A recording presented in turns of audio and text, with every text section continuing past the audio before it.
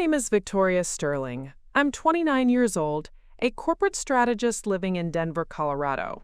And last Christmas Eve, my younger sister Natalie destroyed my life by stealing my fiancé, until I revealed at our family dinner that I secretly own his entire family's company, and watching their faces crumble was the sweetest gift I've ever given myself.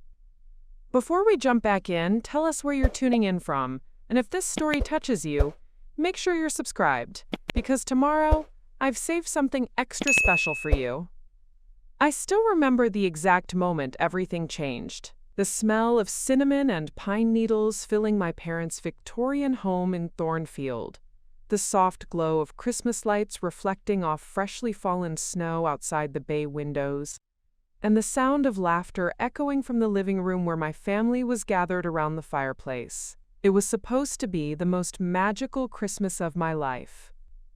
Instead, it became the night I discovered that the two people I trusted most had been living a lie right in front of me. But here's what neither my sister nor my ex-fiancé knew as they sat at that mahogany dining table, smugly announcing their unexpected love story to our horrified family. I had been playing a completely different game all along. While they thought they were stealing my happily ever after, I had been quietly building an empire. And that empire? It included every single asset, property, and business venture that his precious family had built over 3 generations. The moment I stood up at that Christmas dinner, champagne glass in hand, and calmly announced that I was actually the anonymous investor who had been buying out the Ashford family businesses for the past 2 years, watching the color drain from their faces, seeing the realization hit them like a freight train. That's when I knew that sometimes the best revenge isn't getting mad. It's getting everything. You see, while Natalie was busy playing the devoted sister, helping me plan my wedding, taste-testing cakes, and pretending to care about my happiness, she was also busy seducing my fiancé behind closed doors. And while Jonathan Ashford was playing the perfect gentleman, the loving partner who couldn't wait to marry me, he was simultaneously falling for my sister's charms and planning to humiliate me at the worst possible time. What they didn't know was that I had been preparing for this moment longer than either of them could imagine. Not because I suspected their betrayal. I was completely blindsided by that particular knife in the back. But because I had been quietly, methodically, and very deliberately purchasing every single piece of the Ashford family legacy, through a network of shell companies and investment firms that couldn't be traced back to me. The Ashford family had built their reputation on 3 things: their historic hotel chains scattered across the Rocky Mountains, their luxury ski resort development company, and their private investment firm that had been financing Colorado's most prestigious real estate projects for decades. Old money, established power, the kind of family that had streets named after them and wings of museums bearing their surname. Jonathan used to brag about his family's legacy, how his great-grandfather had started with a single mining operation and built an empire that would last for generations.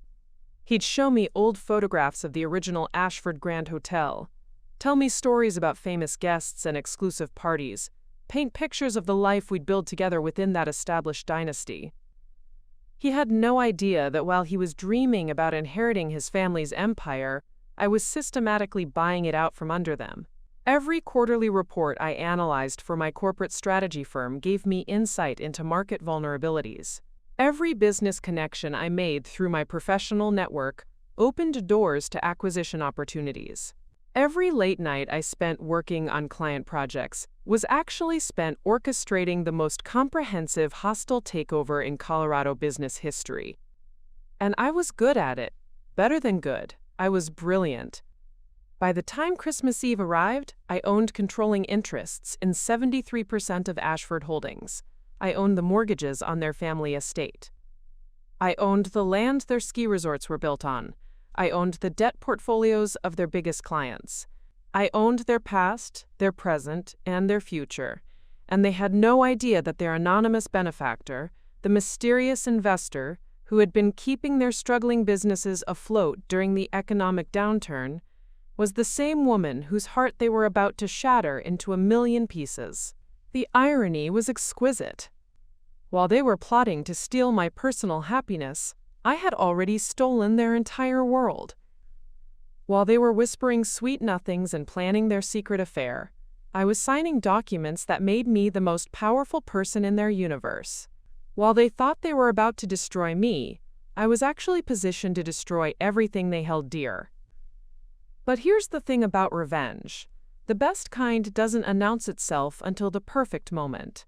And Christmas Eve, with the whole family gathered, presents unopened under the tree, and everyone expecting joy and celebration, turned out to be absolutely perfect timing. I had planned to wait until after the holidays to reveal my business acquisitions. This was supposed to be a strategic move, carefully timed and professionally executed. But when Jonathan stood up in my parents' dining room, his arm around my sister's waist, and announced that they had fallen in love and would be getting married instead of us, well, sometimes the universe hands you a gift-wrapped opportunity for poetic justice. The look on their faces when I calmly pulled out my phone, called my attorney, and asked him to send over the ownership documents for Ashford Holdings, the way Jonathan's confident smile faltered, the way Natalie's self-satisfied smirk disappeared, the way my parents stopped mid-gasp to stare at me in complete confusion. That moment was worth every late night, every calculated risk, every dollar I had invested in building my secret empire.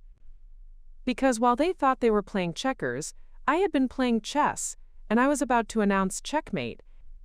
Preparing and narrating this story took us a lot of time, so if you are enjoying it, subscribe to our channel. It means a lot to us.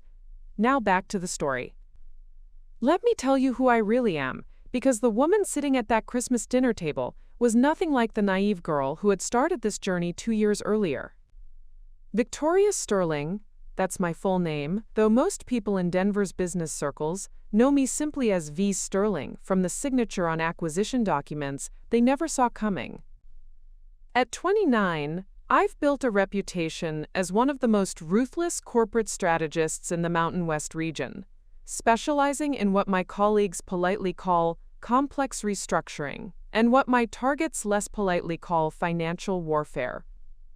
I live in a penthouse apartment in downtown Denver's most exclusive building, the kind of place with floor-to-ceiling windows that offer panoramic views of the Rocky Mountains and a concierge who knows better than to ask questions about my late-night business meetings. My apartment is minimalist, modern, all clean lines and expensive art.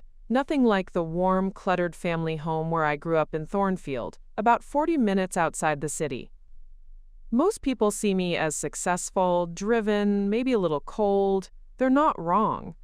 I learned early that emotions are a luxury you can't afford when you're building an empire. My business philosophy is simple. Identify weaknesses, exploit opportunities, and never let personal feelings cloud professional judgment. It served me well in a male-dominated industry, where showing vulnerability is like bleeding in shark-infested waters. But 2 years ago, I was different. Softer. I actually believed in things like trust and family loyalty, and the idea that love conquers all. I wore my heart on my sleeve and thought that was a strength instead of a liability. I believed that the people closest to you would never hurt you, that blood was thicker than water, and that when you found your soulmate, you could let your guard down completely. That version of Victoria Sterling died on Christmas Eve. The woman I am now was forged in the aftermath of that betrayal, shaped by months of calculated planning and cold-blooded execution. Every business deal I've closed since then, every company I've acquired, every competitor I've outmaneuvered, it all traces back to that moment when I realized that if I couldn't trust my own family, I couldn't trust anyone. And honestly, I prefer this version of myself. She's stronger, smarter, infinitely more powerful. She doesn't get her heart broken because she doesn't lead with her heart anymore. She gets results. The irony is that becoming the woman who could destroy the Ashford family required me to first be the woman who loved Jonathan Ashford completely. You can't dismantle someone's world unless you first understand exactly how that world is built. And I understood the Ashfords better than they understood themselves, because I had been preparing to join their family. I had studied their history, their business practices, their vulnerabilities, their pride. When Jonathan and I were engaged, I thought I was learning about his family out of love and genuine interest. Turns out, I was conducting the most thorough due diligence investigation of my career without even realizing it. Every family dinner, where his father complained about cash flow problems, every casual conversation about their business challenges, every document I glimpsed in his home office, I was unconsciously gathering intelligence that would later become the foundation of my acquisition strategy. The Ashfords never saw me as a threat because they never saw me as anything more than Jonathan's pretty fiancé. They were polite to me, included me in family gatherings, tolerated my presence at business discussions, but they never imagined that the quiet woman sitting at their dinner table was mentally cataloging every weakness, every debt, every poor decision that had left their empire vulnerable to a hostile takeover. Their mistake was assuming that because I came from a middle-class family in Thornfield, I must not understand high-stakes business. They looked at my parents' modest Victorian house, my father's job as a high school principal, my mother's work as a librarian, and they categorized me as someone who would be grateful to marry into their world rather than someone who could buy and sell their world without breaking a sweat. What they didn't know was that I had been working since I was 16, that I had put myself through business school, that I had built my career from nothing through pure determination and strategic thinking. They didn't know that beneath my polite smiles and grateful demeanor, I was analyzing their every move with the cold precision of a predator studying prey. And they certainly didn't know that their son's engagement to me wasn't the beginning of my integration into their family. It was the beginning of their family's integration into my growing empire. Now, sitting in my penthouse office, looking out at the city lights reflecting off the snow-covered mountains, I can see the Ashford Grand Hotel in the distance. The flagship property that started their dynasty, the crown jewel of their portfolio, the symbol of everything they thought they had built to last forever. They have no idea that I signed the papers making me the majority owner of that hotel 6 months ago. Just like they have no idea that I own the investment firm that holds the mortgages on their other properties, or that I control the holding company that purchased their debt portfolios when they were desperate for liquidity during the pandemic. By the time I walked into my parents' house for Christmas Eve dinner, I wasn't just Victoria Sterling, the heartbroken ex-fiancé. I was Victoria Sterling, the anonymous puppet master who had been pulling the strings of their entire world for 2 years. I was the shadow investor they'd been thanking in board meetings, the mysterious benefactor who had kept their businesses afloat, the faceless entity that now owned their past, present, and future. And when they announced their betrayal in front of my entire family, thinking they were delivering the final blow to my happiness, they gave me the perfect opportunity to reveal exactly who had been holding their leash all along. The girl who walked into that Christmas dinner was gone forever. The woman who walked out owns everything. 3 years ago, my world was painted in shades of gold and crimson, like the autumn leaves that lined the streets of Thornfield when Jonathan first brought me home to meet his family. Back then, I believed in fairy tales and happy endings, in the kind of love that conquers all obstacles and builds dynasties that last forever. The Ashford estate sat on 200 acres of pristine Colorado countryside, a sprawling Tudor revival mansion that had been in the family since 1923. When Jonathan's great-grandfather, Theodore Ashford, first built the house, he planted an oak tree in the front yard for each of his 3 sons. Those trees now towered over the circular driveway, their branches creating a natural canopy that filtered the afternoon sunlight into dancing patterns across the limestone facade. I remember the first time Jonathan drove me through those iron gates, how my breath caught in my throat at the sheer magnificence of it all. The house seemed to rise from the landscape like something out of a dream, with its tall chimneys, mullioned windows, and ivy-covered walls that spoke of old money and older traditions. This wasn't just a home, it was a statement, a monument to American success, a physical manifestation of the kind of life I had only ever seen in movies. "Welcome to Ashford Manor," Jonathan had said, his voice carrying that particular pride that comes from inherited legacy. "4 generations of my family have called this place home. Someday, it'll be ours." The way he said ours made my heart flutter. Not just because of what it implied about our future together, but because he was offering me something I had never dared to dream of, belonging to something larger than myself, something permanent and unshakable. Inside, the house was even more breathtaking. Persian rugs covered gleaming hardwood floors that had been installed by craftsmen whose names were still remembered in the local historical society. Oil paintings of Ashford ancestors lined the walls of the grand hallway, their stern faces watching over decades of family gatherings, business meetings, and milestone celebrations. The library held first edition books and family documents dating back to the original mining claims that had started the family fortune. But it was the people who made the house feel like home. Jonathan's mother, Patricia Ashford, was everything I imagined a society matriarch should be.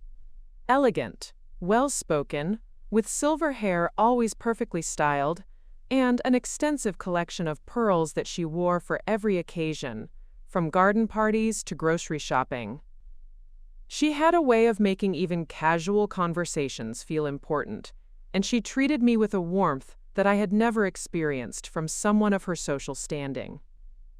"Victoria, darling," she would say, taking my arm as we walked through her prize-winning rose garden, "you bring such life to this old house. Jonathan lights up when you're here." She would tell me stories about the family's history, about the grand parties they used to host, about the traditions she hoped to pass down to the next generation. "I've always wanted a daughter," she confided one afternoon over tea in the sunroom. "Jonathan's made me so happy by choosing you." His father, Richard Ashford, was more reserved but equally welcoming in his own way.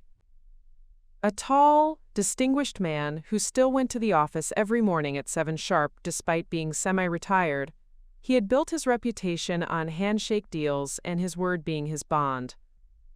He would sit with me on the covered porch in the evenings, sharing stories about the early days of the business, explaining the intricacies of hospitality management and real estate development, with the patience of a professor and the pride of a man who had built something meaningful. "The hotel business isn't just about providing rooms," he would explain, gesturing toward the mountains where their first property had been built. "It's about creating experiences, building memories that families carry with them for generations. When someone stays at an Ashford property, they're not just customers, they're part of our extended family." Even Jonathan's younger brother, Christopher, had embraced me immediately. Fresh out of business school and eager to prove himself in the family company, he would seek out my opinions on marketing strategies and brand development, treating me like the business strategist I was rather than just his brother's girlfriend. "You understand markets in a way that Dad's generation doesn't," he would say during our long conversations about the future of the hospitality industry. "When you and Jonathan get married, you have to promise me you'll stay involved in the business side. We need fresh perspectives." The family dinners were legendary. Every Sunday, the entire Ashford clan would gather around the massive dining room table that had been handcrafted from a single piece of Colorado oak. Patricia would cook elaborate meals: roast beef with Yorkshire pudding, honey-glazed ham with all the traditional sides, Thanksgiving-level productions, even when it wasn't a holiday. The conversation would flow from family gossip to business strategies to philosophical debates about everything from environmental conservation to the future of American capitalism. Jonathan fit perfectly into this world, and watching him with his family made me fall in love with him even deeper. He was respectful without being subservient, confident without being arrogant, and genuinely affectionate in a way that spoke to strong family bonds and secure childhood memories. He would help his mother in the kitchen, debate business strategies with his father and brother, and always make sure to include me in every conversation, every inside joke, every family tradition. "This is what I want," I remember thinking during one of those perfect Sunday dinners, watching Jonathan laugh at something Christopher had said while Richard carved the roast and Patricia fussed over whether everyone had enough wine. This is what family should feel like. The Ashford family business was equally impressive.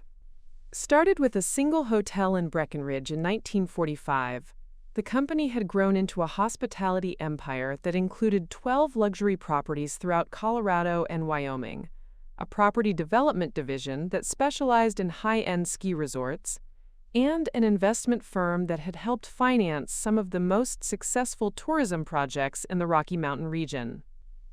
Jonathan would take me on tours of their properties, explaining the business model with the enthusiasm of someone who genuinely loved his work.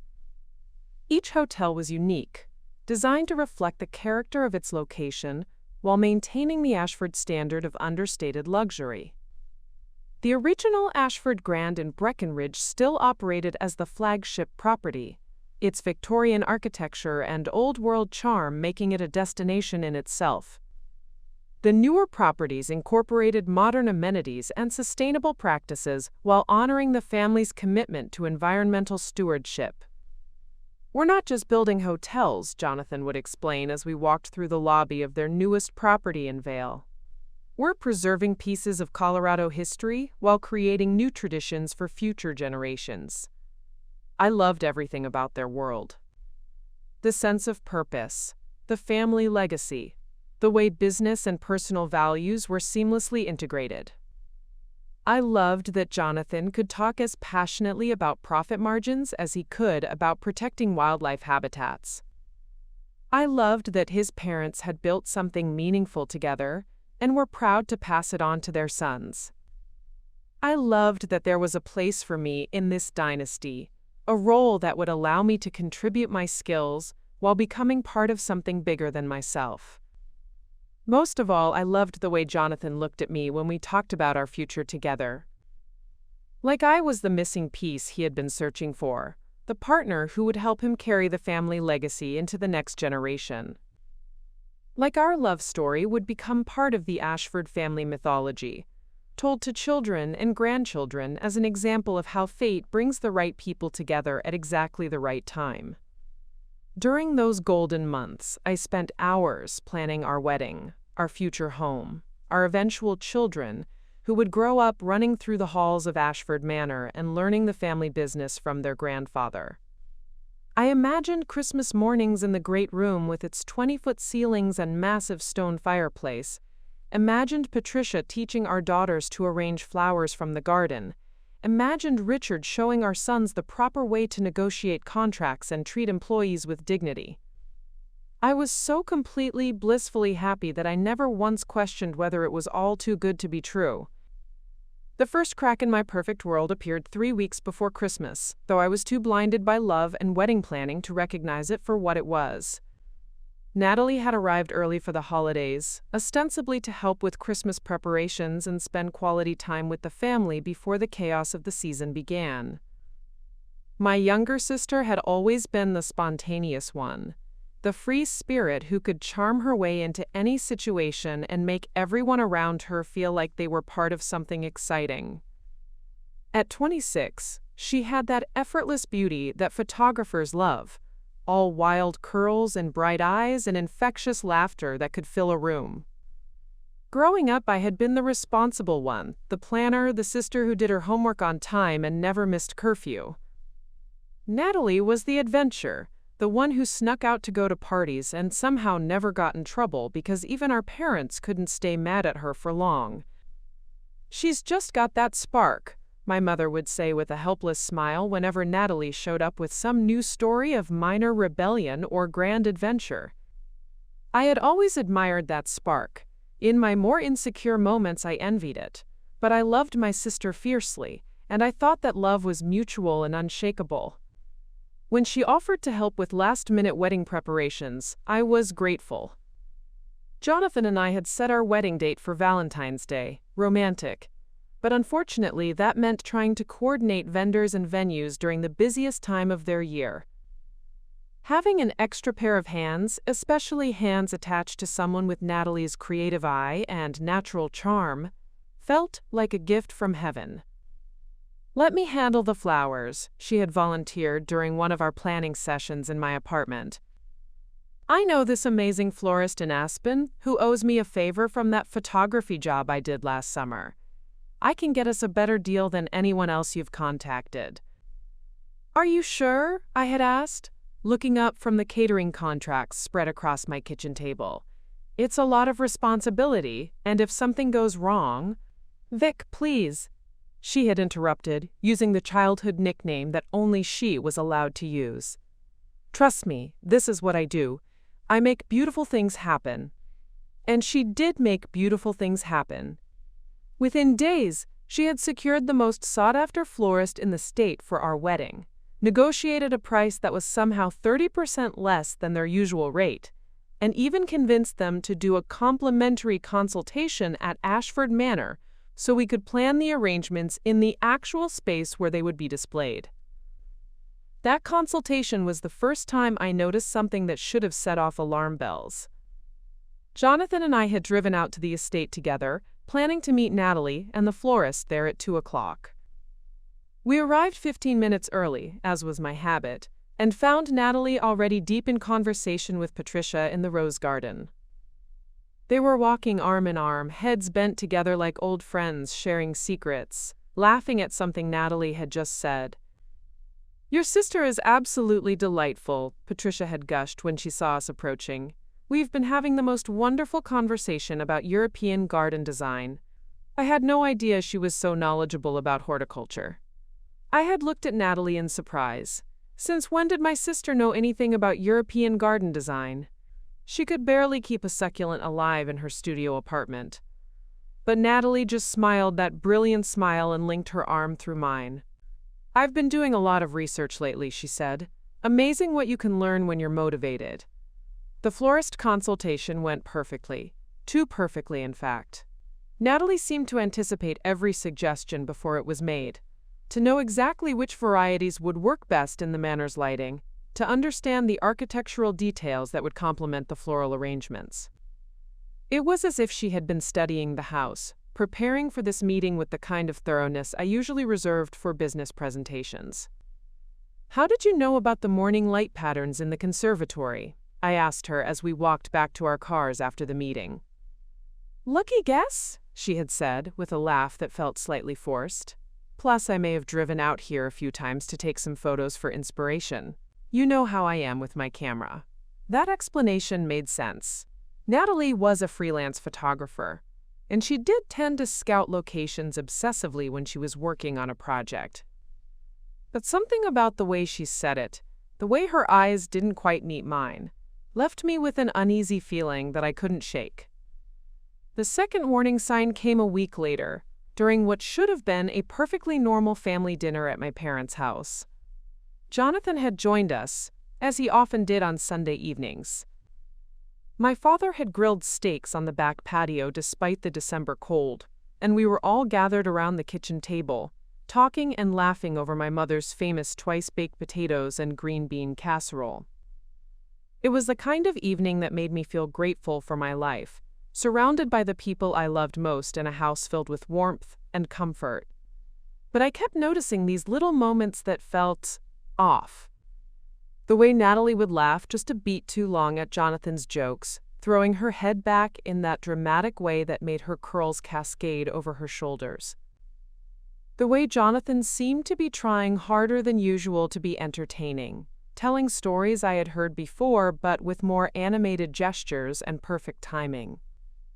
The way they would catch each other's eyes across the table and share these micro-expressions that I couldn't quite interpret.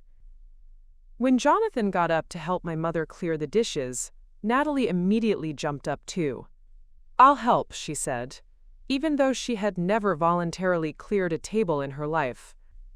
I watched through the kitchen doorway as they moved around each other in the small space, Jonathan handing her plates, Natalie reaching around him to put them in the dishwasher, their bodies coming just slightly closer than necessary for the task at hand. "They make a good team," my father commented, following my gaze. "What?" I said, startled. "Jonathan and Natalie. They're efficient in the kitchen together. Good thing, since they'll be family soon." Family, yes, that's what they would be, in-laws. It was natural that they would develop a comfortable relationship, a friendly dynamic. I was being paranoid, reading too much into innocent interactions. But when I excused myself to use the bathroom and passed by the kitchen, I heard them talking in voices too low for the dining room to overhear. "Has to be perfect for her," Jonathan was saying. "Of course it does," Natalie replied. "She deserves perfect. She's always been the perfect one." There was something in her tone, something sharp underneath the surface that made me pause outside the doorway. "That's not what I meant," Jonathan said quickly. "I know what you meant," Natalie said, and I could hear the smile in her voice. But it wasn't the warm smile she usually wore. It was something else entirely. I couldn't make sense of the conversation, but it left me with a cold feeling in my stomach that I couldn't explain. The third sign was the phone calls. Jonathan had always been attentive, but in the weeks leading up to Christmas, he seemed distracted. His phone would buzz during our dinners together, and he would glance at it with an expression I couldn't read before apologizing and putting it away. When I asked who was texting, he would say it was work, or Christopher, or his mother with some question about holiday plans. But one evening, when we were watching a movie at his apartment and his phone was charging on the coffee table, I saw Natalie's name flash across the screen, not once but 3 times in the span of 20 minutes. "Natalie's texting you?" I asked, trying to keep my voice casual. "Wedding stuff," he said, without taking his eyes off the screen. "She had some questions about the timeline for the rehearsal dinner." That made sense. Natalie was helping coordinate several aspects of the wedding. Of course, she would need to communicate with Jonathan about logistics. But why was she texting him instead of me? And why did he seem so eager to check those messages when he thought I wasn't looking? I started paying closer attention after that, and the pattern became impossible to ignore. Jonathan and Natalie were in constant contact, texting throughout the day, having conversations that apparently required immediate responses and private discussions. When I mentioned it to Natalie, she had perfectly reasonable explanations. "I'm trying to surprise you with some special touches for the wedding," she said when I asked why she was coordinating directly with Jonathan instead of going through me. "You know how you are about wanting to control every detail. I thought it would be nice if some things were a surprise." And when I asked Jonathan, he said essentially the same thing. "Your sister has some really creative ideas that I think you'll love. We want everything to be perfect for you." They were planning surprises for me. They were working together to make my wedding day magical. I should have been touched by their thoughtfulness, grateful for their collaboration. Instead, I felt like I was standing on the outside of something, watching 2 people share a secret that was supposedly about me but somehow didn't include me at all. The final warning came on Christmas Eve morning, just hours before our family dinner. I had stopped by Natalie's apartment to pick up the wedding favors she had ordered, small silver picture frames engraved with our wedding date that guests could take home as mementos. When I knocked on her door, there was no answer, but I could hear voices inside. I used the spare key she had given me years ago, calling out as I entered so I wouldn't startle her. "Nat, it's me. I'm here for the—" I stopped mid-sentence when I saw Jonathan's jacket hanging on the back of her couch. His jacket, in my sister's apartment, at 10 o'clock on a Tuesday morning when he was supposed to be at a client meeting in Boulder. "Hello?" I called again, my voice sounding strange in my own ears. They emerged from the kitchen together, both looking slightly flustered, both talking at once. "Victoria, I didn't expect you so early. We were just going over the final details for tonight." Jonathan stopped by to pick up the guest favors. I wanted to make sure everything was perfect. Their explanations overlapped and contradicted each other, creating a chorus of words that somehow said nothing at all. But what I noticed most was the way they stood just slightly too far apart, like they had been closer moments before and had deliberately put distance between themselves when they heard my voice. "I thought you had a meeting in Boulder this morning," I said to Jonathan, hating the suspicious tone in my own voice. "It got moved to this afternoon," he said quickly, "so I figured I'd help Natalie with the last-minute wedding stuff since you've been so stressed about everything being perfect." He was right. I had been stressed. I had been micromanaging every detail, checking and double-checking every arrangement, wanting everything to be flawless for our family's first major celebration together. Maybe I had been putting too much pressure on everyone, Maybe Jonathan and Natalie were just trying to take some of that burden off my shoulders. Maybe I was losing my mind. But as I drove home with the wedding favors in my passenger seat, I couldn't shake the feeling that I was missing something important. Something that was happening right in front of me that I was too trusting, too naive, too stupidly optimistic to see. I had no idea that in just a few hours all of my suspicions would be confirmed in the most devastating way possible. Christmas Eve at my parents' house began like a Norman Rockwell painting. Snow had been falling steadily since morning, blanketing Thornfield in a pristine white that made every house on our street look like something from a holiday card. The Victorian home where I had grown up was transformed into a winter wonderland, with evergreen garlands wrapped around the porch railings, warm light spilling from every window, and the scent of my mother's famous cinnamon apple pie drifting out into the crisp evening air. I had spent the afternoon helping with preparations, arranging the good china on the dining room table, polishing the silver candlesticks that only came out for special occasions, and setting up the nativity scene that had been in our family for 3 generations. Everything felt sacred, perfect, exactly as Christmas Eve should feel when you're surrounded by the people you love most in the world. Jonathan arrived at 6:30, as planned, carrying a bottle of expensive wine and wearing the cashmere sweater I had given him for his birthday. He looked handsome and relaxed, kissing my cheek with the kind of casual affection that comes from 2 years of complete comfort with each other. When he handed my mother the wine and complimented her on how beautiful the house looked, I felt that familiar warm glow of pride that came from watching the man I loved integrate seamlessly into my family. "Where's Natalie?" he asked, glancing around the living room where my father was adding another log to the fireplace. "She'll be here soon," my mother replied, adjusting the angel on top of our Christmas tree. "You know how she is about making an entrance." We all laughed because it was true. Natalie had been making dramatic entrances since she was 5 years old, always timing her arrival for maximum impact. It was part of her charm, part of what made every gathering feel more exciting when she finally appeared. Dinner was scheduled for 7:30, but by 8 o'clock we were still waiting. My mother kept checking her phone, my father was growing increasingly irritated about the roast drying out, and Jonathan seemed unusually fidgety, checking his own phone every few minutes and making small talk that felt forced and overly bright.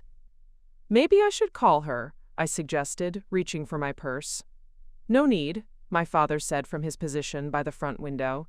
"Here she comes now." But when Natalie finally walked through the front door, she wasn't alone. She was holding hands with someone, her fingers intertwined with theirs, in a way that was unmistakably intimate, unmistakably romantic. My brain couldn't process what I was seeing at first. The person beside her was tall, familiar, wearing a coat I recognized because I had helped pick it out 3 months ago during a shopping trip to Denver. It was Jonathan. Not the Jonathan who had been sitting in our living room for the past hour and a half, making conversation with my parents and checking his phone. A different Jonathan. The real Jonathan, apparently, who had been somewhere else entirely, doing something else entirely, with someone else entirely. The Jonathan in our living room stood up slowly, his face draining of all color as he stared at the couple in the doorway. The Jonathan holding my sister's hand looked equally shocked, his mouth opening and closing without making any sound. "Oh, God," Natalie whispered, her eyes darting between the 2 Jonathans like she was watching a tennis match played in slow motion. Except, of course, there was only one Jonathan. The man who had been sitting with my family for the past 90 minutes wasn't my fiancé at all. He was Christopher, Jonathan's younger brother, wearing Jonathan's clothes and apparently living Jonathan's life for the evening. "What the hell is going on?" my father demanded, his voice cutting through the stunned silence that had fallen over the room like a heavy blanket.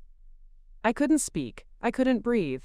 I couldn't process the scene unfolding in front of me because it was too surreal, too impossible, too completely outside the realm of anything that could happen in my carefully planned, perfectly controlled world. Christopher looked like he was going to be sick. "John, you said you were going to tell her. You said you were going to handle this before tonight." "I was," Jonathan said, finally finding his voice. "I tried. I couldn't find the right words. The right words for what? I heard myself ask, though my voice sounded like it was coming from somewhere very far away. Natalie stepped forward, her chin raised in that defiant way she had perfected as a teenager whenever she was caught doing something she wasn't supposed to do. The right words to tell you that we're in love, she said simply. In love. The words hung in the air like physical objects, sharp and dangerous and impossible to take back once they had been spoken. You're in love, I repeated slowly, still not quite able to make the words make sense. We didn't plan this, Jonathan said quickly, letting go of Natalie's hand and taking a step toward me. It just happened. We tried to fight it, but… How long? I interrupted, my voice barely above a whisper. They looked at each other, one of those wordless conversations that I had been noticing for weeks but misinterpreting completely. It wasn't the look of two people coordinating wedding surprises. It was the look of two people who had been sharing secrets, sharing intimate moments, sharing a relationship that had nothing to do with me. Since September, Natalie said quietly. September. 3 months. 3 months of lies, 3 months of deception, 3 months of planning my wedding, while my fiancé and my sister were falling in love behind my back. September, I said, testing the word like it might explode in my mouth. The engagement party was in September. After the engagement party, Jonathan said quickly, as if the timing made any difference, as if there was some meaningful distinction between betraying me before or after we celebrated our future together in front of all our friends and family. But you've been, I gestured helplessly between them, my brain still struggling to process the magnitude of what they were telling me. All those texts, all those meetings about wedding planning. We were trying to figure out how to tell you, Natalie said. We knew how much it would hurt you, and we kept hoping that maybe if we gave it time, the feelings would go away. But they didn't go away, Jonathan said, his voice soft and apologetic and completely, utterly useless. If anything, they got stronger. My mother was crying silently in the corner, one hand pressed to her mouth as if she could somehow stop this conversation from happening. My father looked like he wanted to punch someone, his hands clenched into fists at his sides. Christopher looked like he wanted to disappear entirely, probably regretting whatever misguided loyalty had convinced him to participate in this elaborate deception. And I just stood there, in the middle of my parents' living room, surrounded by the remnants of what was supposed to be the most magical Christmas Eve of my life, trying to understand how everything I thought I knew about my world could be so completely catastrophically wrong. So Christopher was here pretending to be you? I asked Jonathan, my brain latching onto the one concrete detail that made sense in this nonsense scenario. I asked him to cover for me, Jonathan said. I knew your parents would be expecting me, and I didn't want to ruin Christmas Eve by not showing up. But I also needed to spend time with Natalie to figure out what we were going to do. What you were going to do, I repeated. About us, Natalie said. About the wedding. About how to tell you that we can't go through with it. Can't go through with it. The wedding that I had spent 6 months planning. The future that I had spent 2 years building. The life that I had restructured around the assumption that Jonathan and I would be together forever. You can't go through with it, I said, and suddenly I was angry. Not hurt, not devastated, not heartbroken, just furious. You can't go through with the wedding that's in 6 weeks. The wedding that has 200 guests invited. The wedding that I've paid deposits for. The wedding that your mother has been planning with me for months. We'll figure out the logistics, Jonathan said. We'll handle the cancellations, the vendors, everything. You won't have to deal with any of it. How considerate, I said, my voice dripping with sarcasm. You've really thought of everything. Victoria, please, Natalie said, stepping toward me with her hands outstretched, like she was approaching a wounded animal. You have to understand, we never meant for this to happen. But it did happen, I said, backing away from her. For 3 months it happened. While I was choosing flowers and tasting cakes and addressing invitations, it was happening. While I was lying awake at night excited about our future together, it was happening. While I was introducing Jonathan to business contacts and making him part of my professional network, it was happening. But it did happen, I said, backing away from her.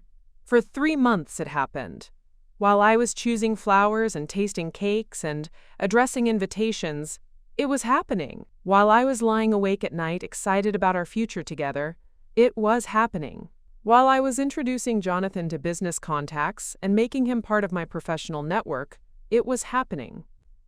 That last part seemed to hit Jonathan like a physical blow. Victoria, your business contacts have nothing to do with this. Don't they? I asked, and suddenly I was seeing everything with a clarity that was almost blinding. How many deals have you closed this year because of introductions I made? How many investors have you met through my network? How many doors have opened for Ashford Holdings because people wanted to do business with Victoria Sterling's fiancé? That's not why I was with you, Jonathan stammered.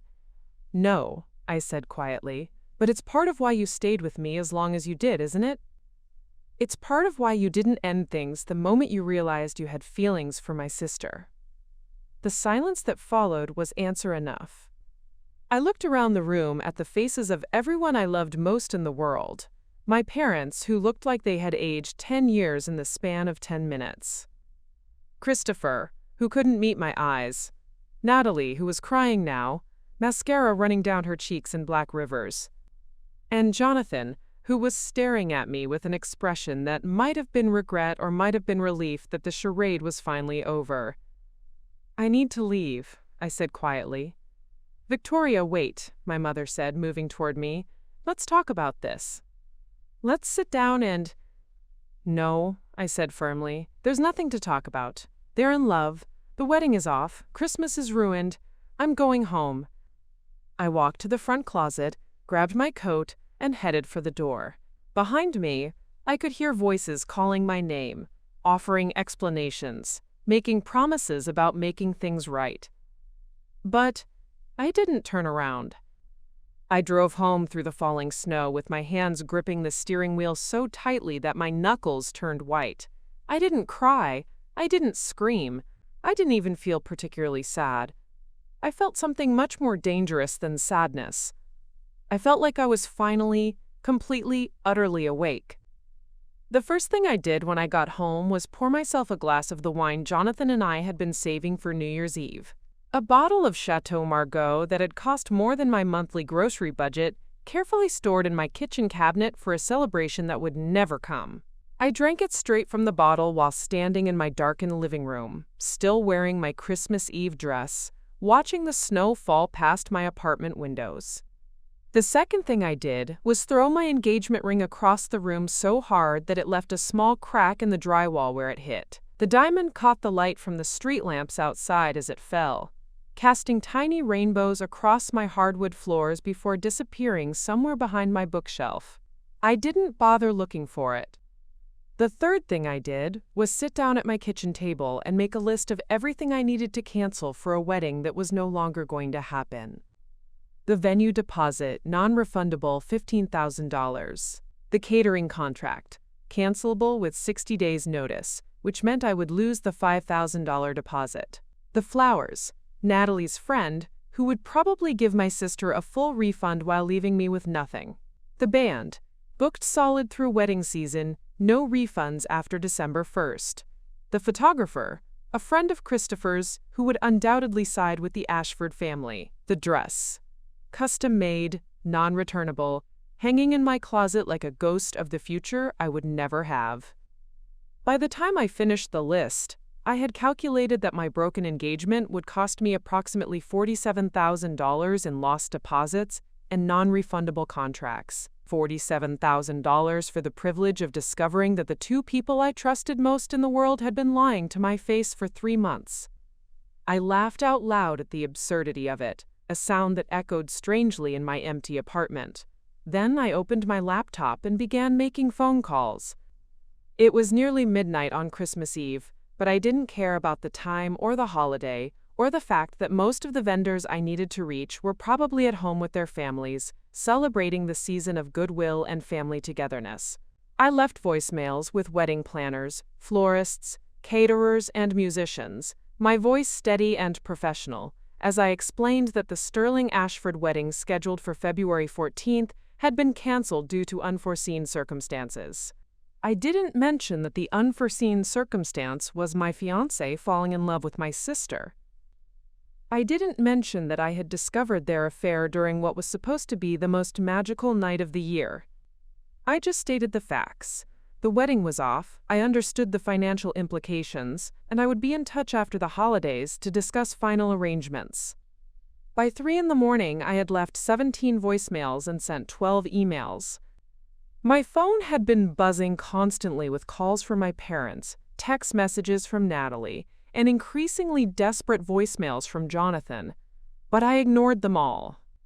There was nothing any of them could say that would change what had happened, and I wasn't ready to hear their apologies or explanations or promises that they never meant to hurt me. I wasn't ready for anything except the cold, practical work of dismantling the future I had spent months building. Christmas morning arrived gray and silent. I woke up on my couch, still wearing my Christmas Eve dress, my laptop open beside me, surrounded by wedding contracts and vendor agreements that I had been reading until I fell asleep. My head was pounding from the wine and the stress and the complete upheaval of everything I thought I knew about my life. My phone showed 43 missed calls and 67 unread text messages. I deleted them all without reading a single one. Instead, I made coffee and sat down to continue the work I had started in the middle of the night. I called my parents first, before they could call me, and told them in a calm, steady voice that I was fine, I was handling the situation, and I needed some time alone to process everything that had happened. "Sweetheart," my mother said, her voice thick with tears, "this isn't your fault. You know that, right? What they did to you." "I know, Mom," I interrupted gently, "but I still need to deal with the consequences. The wedding, the deposits, all the practical stuff that doesn't care about whose fault it is." "Let us help you," my father said, having picked up the extension. "We can call the vendors, handle the cancellations." "No," I said firmly, "this is my mess to clean up." It wasn't really my mess, of course. I hadn't created this situation, but I was the one who would have to live with the aftermath, and I was the one who would have to figure out how to rebuild my life from the wreckage. I couldn't delegate that responsibility to anyone else, no matter how much they loved me or how badly they wanted to help. The rest of Christmas Day passed in a blur of phone calls, emails, and paperwork. I spoke to caterers and florists, musicians, and photographers, explaining the situation with the kind of detached professionalism I usually reserved for the most difficult business negotiations. Some were sympathetic, offering partial refunds or credit toward future events. Others were coldly transactional, reminding me of contract terms and cancellation policies that would cost me thousands of dollars. I accepted it all with the same emotionless calm. Money was just money. It could be earned back, saved again, replaced. What couldn't be replaced was the trust I had lost, the future I had envisioned, the naive belief that love and loyalty were enough to protect you from the people closest to you. By evening, I had managed to cancel or postpone most of the major wedding arrangements. The venue was the most expensive loss, $15,000 down the drain, but even that felt like a bargain compared to the cost of going through with a marriage to someone who had been cheating on me with my own sister. That night, I finally listened to one of Jonathan's voicemails, just one, to see if there was anything he could say that would make any of this make sense. "Victoria, please call me back," his voice said through my phone speaker, sounding tired and desperate. "I know you're angry, and you have every right to be, but we need to talk about this. We need to figure out how to move forward. Natalie and we never meant for it to happen this way. We love each other, but we both love you too, and we want to find a way to make this work for everyone." I laughed again, the same bitter sound that had echoed through my apartment the night before. Make it work for everyone. As if love was some kind of mathematical equation that could be solved if we just found the right formula, the perfect arrangement that would allow them to be together, while somehow minimizing the damage to me. As if there was a version of this story where I gracefully stepped aside, wished them well, and somehow remained part of their happy ending, as the understanding ex-fiancé who was mature enough to put their happiness above her own heartbreak. I deleted the voicemail and blocked Jonathan's number. Then I blocked Natalie's number. Then I blocked Christopher's number and Patricia's number and Richard's number. I blocked every single person who had been part of the life I was leaving behind. The next few days passed in a strange, suspended state. I called in sick to work, claiming food poisoning from Christmas dinner. I didn't leave my apartment except to buy groceries and wine. I didn't shower or change clothes or do anything that required acknowledging that the world outside my four walls continued to exist. Instead, I sat on my couch and thought about everything I had lost. Not just Jonathan, though losing him hurt more than I had expected. Not just my sister, though the betrayal from Natalie felt like losing a limb. I had lost the entire future I had been building toward, the life I had been so carefully constructing around the assumption that love was real, and loyalty was mutual, and family was forever. I had lost my faith in my own judgment, my ability to read people and situations accurately. If I could be so completely wrong about the two people closest to me, what did that say about my intelligence, my instincts, my basic competence as a human being? I had lost my place in the Ashford family, the sense of belonging and purpose that had made me feel like I was part of something bigger than myself. Patricia would never be my mother-in-law now. Richard would never teach me about the family business. Christopher would never be my brother. The estate in the mountains, the family dinners, the legacy I had been so eager to join, all of it was gone, erased as completely as if it had never existed. But most devastating of all, I had lost my innocence. The part of me that believed in happy endings and trusted in the fundamental goodness of people, and assumed that love was enough to overcome any obstacle. That woman was gone, killed as surely as if she had been murdered, and I wasn't sure who was left in her place. On New Year's Eve, I sat alone in my apartment, drinking cheap champagne and watching fireworks explode over the city through my living room window. At midnight, when the rest of the world was kissing their loved ones and making resolutions about the future, I made a promise to myself. I would never be that vulnerable again. I would never trust anyone completely again. I would never build my life around someone else's promises again. And if Jonathan Ashford and my sister Natalie thought they could destroy my world and walk away unscathed, they were about to learn exactly how wrong they were. The naive woman who had believed in fairy tales was dead, but the woman who rose from her ashes was going to be something much more dangerous. January arrived like a slap of cold reality, dragging me back into a world that expected me to function normally when nothing about my existence felt normal anymore. I returned to work at Harrison & Associates Strategic Consulting, with the same clothes, the same coffee order, the same professional demeanor I had always maintained, but inside I felt like I was operating a machine I no longer understood. My colleagues noticed something was different, of course. It's hard to hide the aftermath of a complete life implosion, especially when you work in close quarters with people who are trained to analyze behavioral patterns and market trends. But corporate culture has an unspoken rule about personal disasters. As long as you can still deliver results, no one asks too many questions about why you've suddenly started working 16-hour days, or why you never mention your wedding plans anymore. I threw myself into client projects with an intensity that bordered on obsession. Market analysis reports that should have taken a week, I completed in 3 days. Strategic recommendations that usually required extensive team collaboration, I developed independently, working through lunch breaks and staying in the office until security had to escort me out. When my supervisor, David Harrison, commented on my increased productivity, I told him I was simply focused on advancing my career. "That's the kind of dedication we like to see," he said approvingly, "though you might want to pace yourself. Burnout doesn't serve anyone's long-term interests."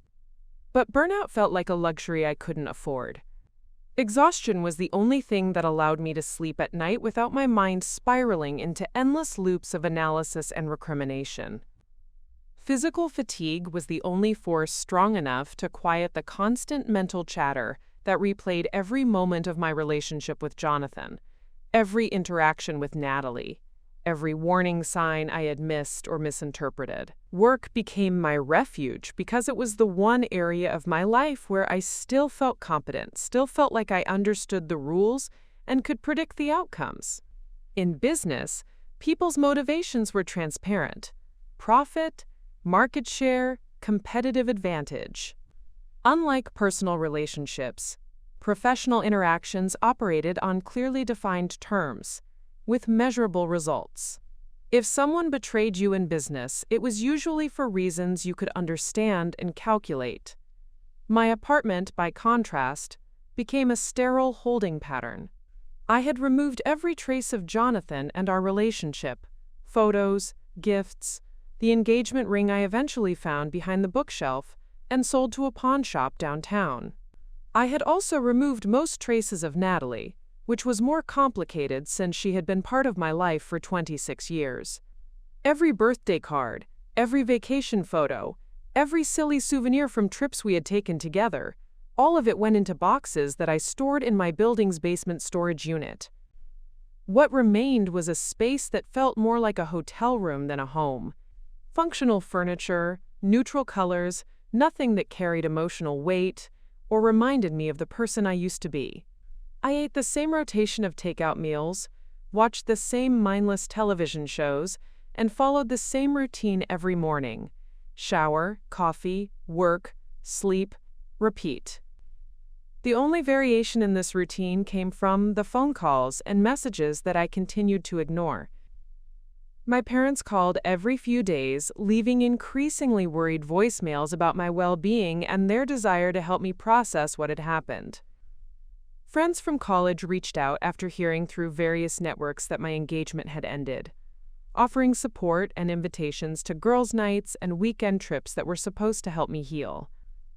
Most persistently, Natalie continued to try to contact me through every available channel. She sent emails, letters, flowers, even showed up at my office building twice before I had security escort her away. The messages all followed the same general pattern: desperate apologies, explanations about how the situation had spiraled beyond their control, pleas for forgiveness and understanding, promises that she never meant to hurt me. "I know you hate me right now," one of her voicemails said, "but you're still my sister. We've been through everything together. We can get through this too. I love you, Vic. That never changed, not even when everything else did." I deleted these messages without listening to them completely. Not because I was angry. Anger would have implied that I still cared enough to feel something. But because they were irrelevant to the life I was building now. The woman who had loved Natalie Sterling was gone. The woman who remained had no use for sisters who couldn't be trusted, or apologies that couldn't undo damage, or explanations that came 3 months too late. February 14th arrived with a bitter irony that wasn't lost on me. What should have been my wedding day passed like any other Tuesday, except for the fact that I worked until nearly midnight and drank an entire bottle of wine while reviewing quarterly earnings reports for a hotel chain that reminded me uncomfortably of Ashford Holdings.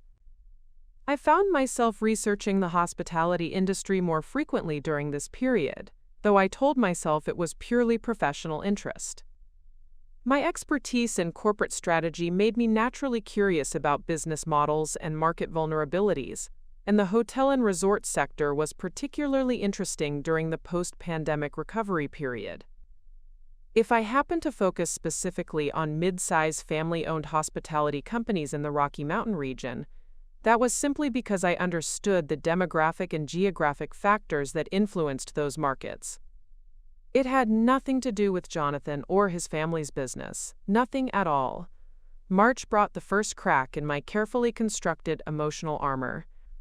I was walking through downtown Denver after a client meeting when I saw them, Jonathan and Natalie, coming out of a restaurant I had wanted to try, laughing at something he had said. her hand resting on his arm in a gesture of casual intimacy that I recognized because it used to be mine. They looked happy, not guilty or conflicted or burdened by the destruction they had caused, just genuinely, radiantly happy in the way that new couples do when they're still discovering each other. Natalie was wearing a dress I had never seen before, something flowing and bohemian that suited her artistic sensibilities. Jonathan looked relaxed, younger somehow, like he had been carrying a weight he hadn't realized was there until he finally put it down. I ducked into a coffee shop before they could see me, my hands shaking as I ordered a latte I didn't want just to have something to do with my nervous energy. Through the window, I watched them walk down the street together, completely absorbed in each other, completely unaware that they had just shattered what little emotional equilibrium I had managed to achieve. That night, I sat in my sterile apartment and realized that all my careful numbness, all my strategic emotional shutdown, hadn't actually healed anything. It had just postponed the reckoning. Seeing them together forced me to confront the reality that while I had been surviving, they had been thriving. While I had been methodically dismantling my capacity to feel anything, they had been building a new life together on the foundation of my destroyed dreams. The unfairness of it was staggering. They had betrayed me, lied to me, humiliated me in front of my family, and cost me thousands of dollars in wedding expenses. And their reward for this behavior was happiness, love, and a future together that they had stolen from me and made their own. I poured myself a glass of wine and opened my laptop, telling myself I was just going to do some late-night work to distract myself from the emotional spiral I could feel approaching. Instead, I found myself researching Ashford Holdings with the kind of focused intensity I usually reserve for client projects. What I discovered was fascinating. The company that had seemed so stable and successful during my engagement to Jonathan was actually struggling more than I had realized. The pandemic had devastated the hospitality industry, and while larger chains had the resources to weather the storm, smaller family-owned operations like Ashford Holdings had been forced to take on significant debt to survive. They had mortgaged several properties to maintain operations. They had taken out loans against future revenue projections that might or might not materialize as travel patterns returned to normal. They had made themselves vulnerable in ways that could be exploited by someone with sufficient capital and strategic thinking. Someone exactly like me. I closed my laptop and went to bed, but sleep didn't come easily. Instead, I lay awake in the darkness, my mind turning over possibilities and calculations, strategies, and timelines. For the first time in months, I felt something other than numbness or exhaustion. I felt interested. I felt engaged. I felt like I had found a puzzle worth solving.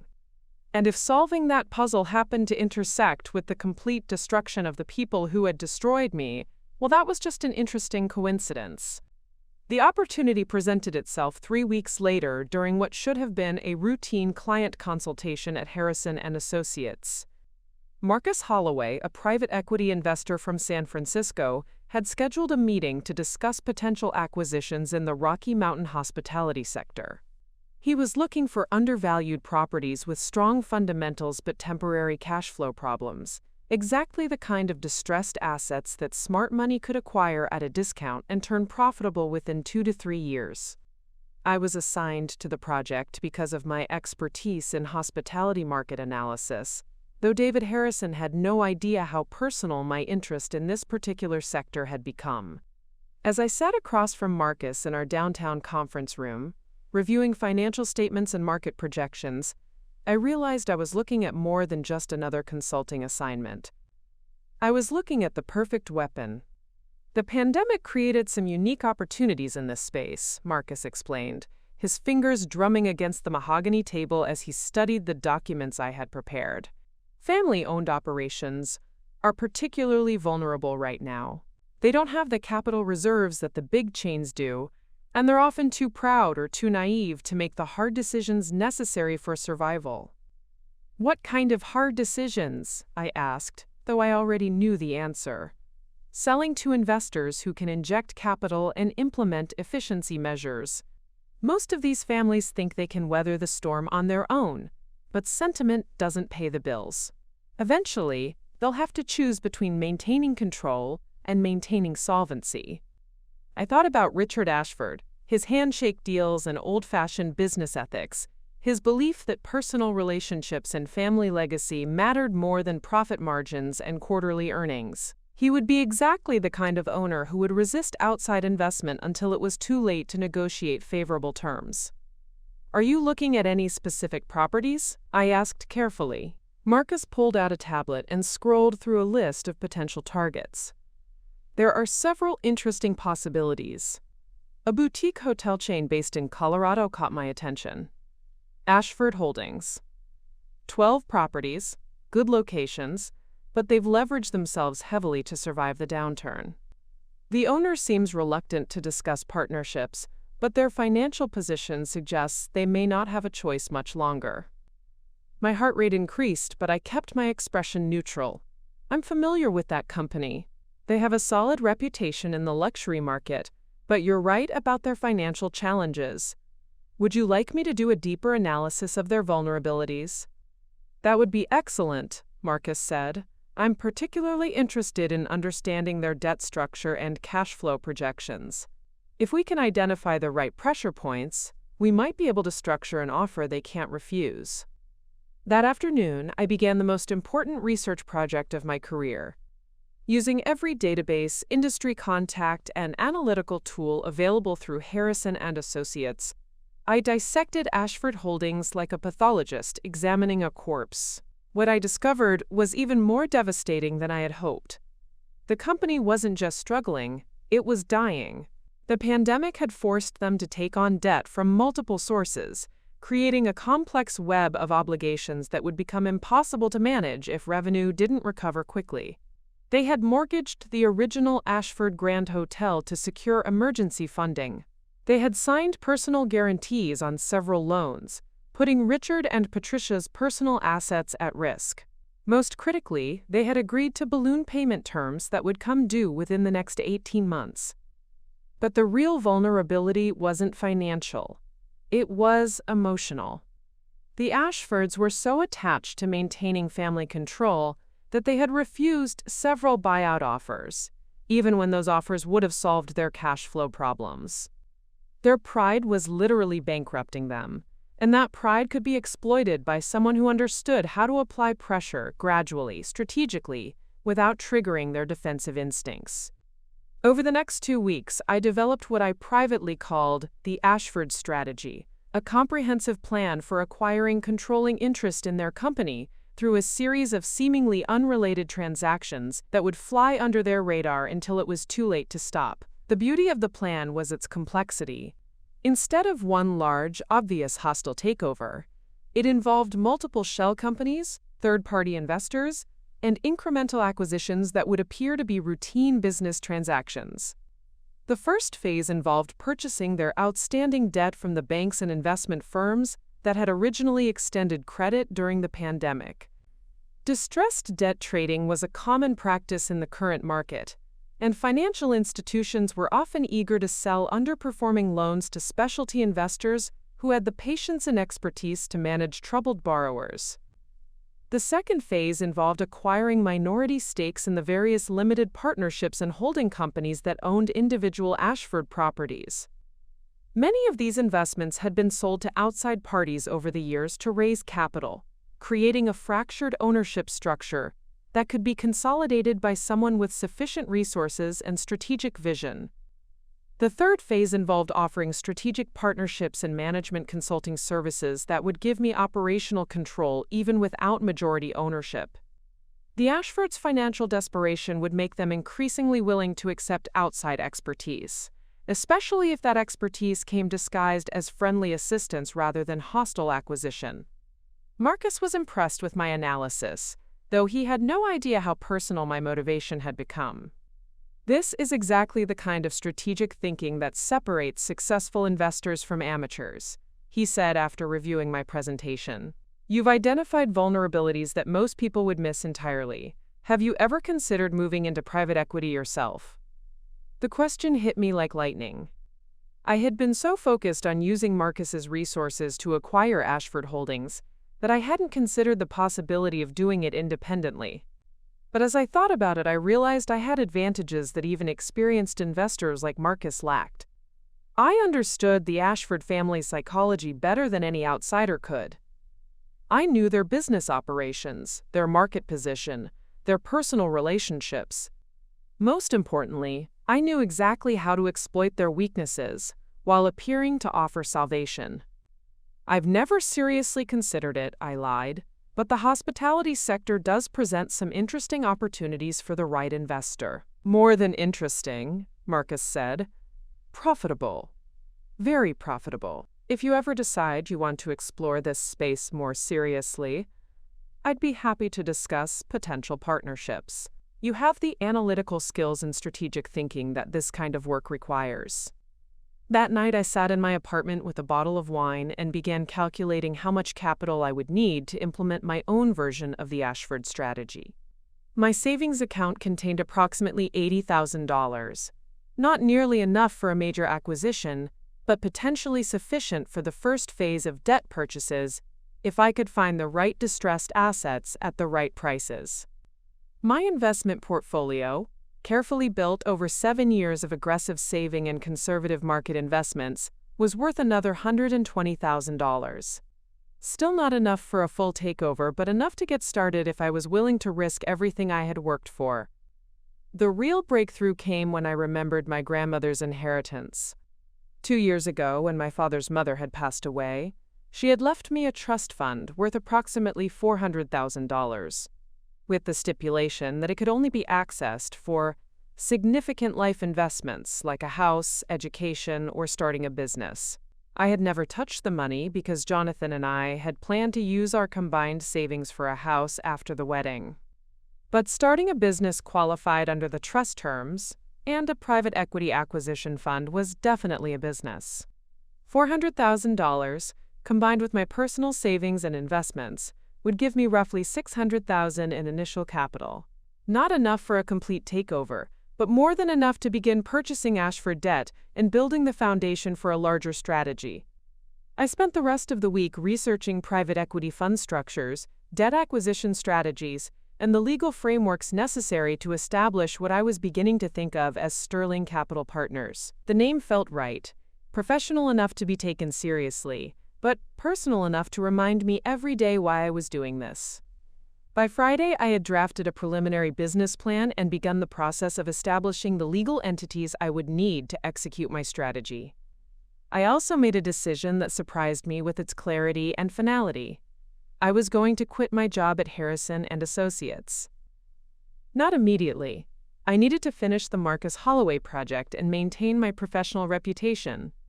But within 6 months, I would be working for myself, pursuing the most personal and profitable business venture of my life. On Saturday morning, I drove to my grandmother's bank and began the paperwork to access my inheritance. The trust officer, a kind woman named Eleanor Chen who had known my grandmother for decades, asked about my business plans with genuine interest. A private equity fund focused on hospitality acquisitions, I explained, trying to sound more confident than I felt. There are significant opportunities in the current market for investors who understand the sector. Your grandmother would be proud, Eleanor said, stamping the documents that would release my inheritance.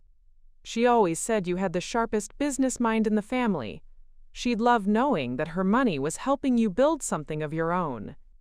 As I walked out of the bank with a cashier's check that represented my new future, I felt something I hadn't experienced in months. Genuine excitement. Not the hollow productivity that had been carrying me through my daily routine, but real anticipation for what was coming next. Jonathan and Natalie had stolen my old life. Now I was going to build a new one, and they were going to pay for every dollar of it. Sterling Capital Partners officially launched on a rainy Tuesday in April, operating out of a small but prestigious office space in downtown Denver's financial district. The mahogany desk, leather chairs, and floor-to-ceiling windows overlooking the mountains cost more than I had ever spent on furniture, but image mattered in private equity. Potential partners and sellers needed to believe they were dealing with serious money, even if my entire operation consisted of myself, a part-time assistant named Rebecca, and $600,000 that represented everything I had in the world. The first phase of my plan moved faster than I had anticipated. Ashford Holdings creditors were even more eager to sell their distressed debt than my research had suggested, and within 6 weeks of launching Sterling Capital, I had acquired loan portfolios worth over $2 million in face value for approximately $400,000 in cash. The banks were grateful to get the toxic assets off their books, and I was grateful to own 40% of Ashford Holdings' total debt obligation. What made this particularly satisfying was that the transactions were completely invisible to the Ashford family. They continued making their monthly payments to the same loan servicers, receiving statements from the same institutions, dealing with the same customer service representatives. They had no idea that their debt had been sold to a company owned by the woman whose life they had destroyed.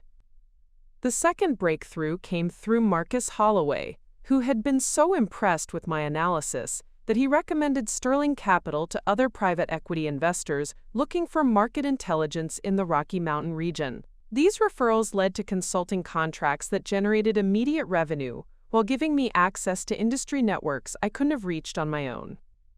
"You've built quite a reputation in a very short time," said Helena Rodriguez, a managing partner at Apex Ventures, who had hired me to evaluate potential resort acquisitions in Colorado. "People are talking about your work, especially your ability to identify hidden vulnerabilities in family-owned hospitality companies." If only she knew how personal my expertise had become. By summer, Sterling Capital had expanded beyond debt acquisition into strategic consulting, property management, and what I euphemistically called distressed asset rehabilitation. I hired 2 additional analysts, moved to a larger office, and began building the kind of professional network that would be essential for the larger phases of my plan. The key was patience. Instead of moving aggressively against Ashford Holdings, I focused on building my capabilities while gradually tightening the financial pressure. When their balloon payment on the Denver property came due in July, I ensured that refinancing options were limited by having Sterling Capital's partner firms tie up available credit in the market. When they needed emergency capital to handle repairs after a water leak at their Vail location, I made sure the insurance claim was processed slowly while positioning myself as a potential solution. Each crisis created an opportunity to offer assistance, not as Victoria Sterling, the betrayed ex-fiancé, but as a representative of Sterling Capital Partners, a reputable investment firm specializing in hospitality sector challenges. The Ashfords had no reason to connect my company to their personal history, especially since I conducted all business through intermediaries and never appeared at meetings personally. The psychological satisfaction of this approach was immense. Every month that passed, I grew stronger while they grew weaker. Every problem they faced had been carefully orchestrated by someone they didn't even know was watching. Every solution they desperately sought was controlled by the woman they had treated as collateral damage in their love story. September brought the most significant breakthrough yet. Christopher Ashford, Jonathan's younger brother, reached out to Sterling Capital directly after being referred by one of our consulting clients. He was exploring partnership opportunities to inject capital into the family business, though it was clear from our preliminary conversations that he was operating without his father's knowledge or approval. "Dad still thinks we can work through this independently," Christopher explained during our first phone call, his frustration evident even through the careful professional language he was using.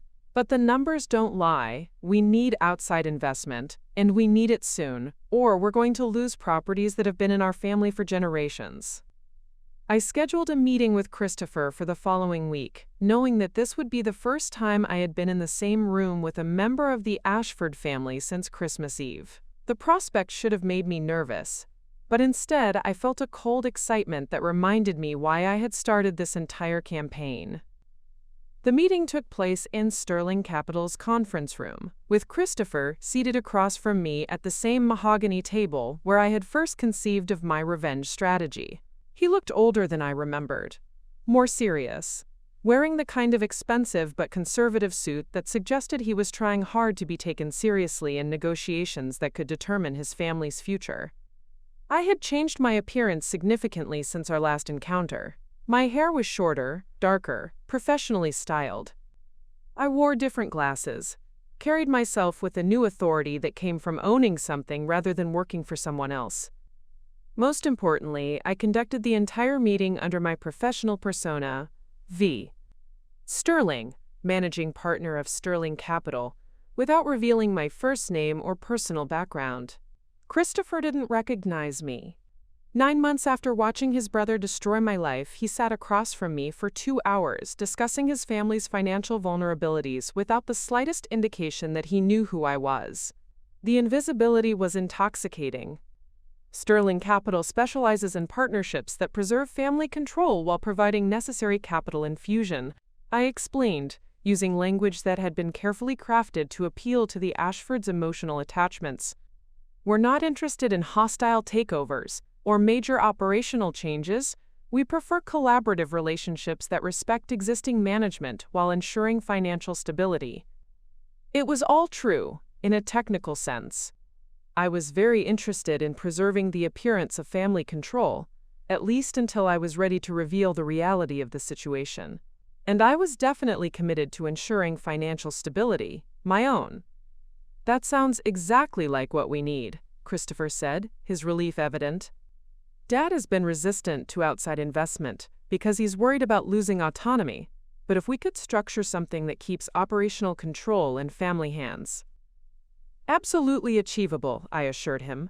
Would it be possible to review your current debt structure and cash flow projections? That would help us develop a preliminary proposal. Christopher provided financial documents that I already possessed through my debt acquisitions, but I studied them with apparent interest while internally calculating how much additional pressure would be necessary to force the family into a partnership they couldn't refuse. By October, Sterling Capital had become the Ashfords' unofficial financial advisor. Christopher was calling weekly with questions about refinancing options, market conditions, and strategic planning. I provided helpful guidance that consistently steered them toward decisions that would increase their dependence on outside capital while limiting their alternatives to Sterling Capital. The family was also dealing with a new crisis that I had not orchestrated but was happy to exploit. Patricia Ashford had been diagnosed with early-stage breast cancer. While the prognosis was excellent, the medical bills and Patricia's reduced involvement in daily operations created additional stress on an already strained system. Mom's treatment is going well, Christopher confided during one of our conversations, but Dad is struggling to handle both the business pressures and the emotional stress. I think he'd be more open to partnership discussions now, especially if we could present them as a way to secure the family's future, regardless of what happens with Mom's health. I expressed appropriate sympathy while privately noting that Patricia's illness provided perfect cover for accelerating my timeline. A family dealing with medical crisis would be less likely to scrutinize partnership agreements carefully, more eager to secure stable income streams, and more vulnerable to emotional appeals about protecting their legacy. By November, I controlled 63% of Ashford Holdings' debt, maintained consulting relationships with their 3 largest competitors, and had positioned Sterling Capital as their most likely savior in ongoing partnership negotiations. The pieces were falling into place with a precision that sometimes startled even me. The only remaining variable was timing. I could reveal my identity and complete the takeover at any moment, but I wanted maximum impact. Christmas was approaching, exactly 1 year since the night that had started this entire campaign. The symmetry was too perfect to waste. I began planning for a holiday revelation that would make their Christmas Eve betrayal look like a minor inconvenience compared to what I was about to deliver. By December, I had become someone I barely recognized, and I loved every aspect of the transformation. The woman staring back at me from the mirror in my new penthouse apartment bore little resemblance to the naive interior architect who had believed in fairy tales and happy endings just 1 year earlier. This woman wore power like expensive perfume, subtle but unmistakable to anyone who knew how to recognize it. This woman commanded rooms full of millionaire investors and made decisions that affected hundreds of employees across the Rocky Mountain region. This woman owned a private equity firm worth over $15 million and controlled the financial destiny of the family that had once treated her like a disposable accessory. Sterling Capital Partners had evolved far beyond my original vision of a revenge vehicle disguised as a business venture. What had started as a mechanism for destroying the Ashfords had become a legitimate empire in its own right, with clients across 3 states and a reputation for ruthless efficiency in distressed asset acquisition. My team had grown to 12 full-time employees, including analysts who had been poached from major firms in Chicago and San Francisco, attracted by the combination of competitive salaries and the opportunity to work with someone who was building something revolutionary in the private equity space.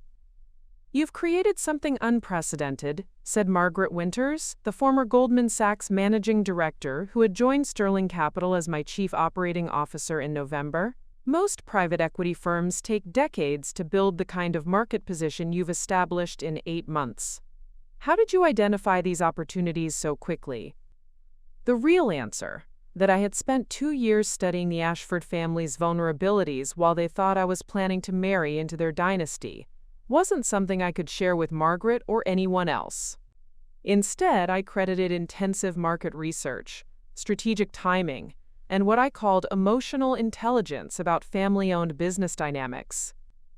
Family businesses operate on different psychological principles than corporate entities, I explained during a staff meeting where we were reviewing our year-end acquisition targets. They make decisions based on legacy preservation, emotional attachment, and interpersonal relationships rather than pure financial logic.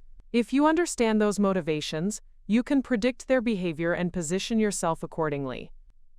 It was all true, though I didn't mention that my understanding of these dynamics came from having been intimately involved with one such family before they betrayed me so completely that I had decided to destroy them.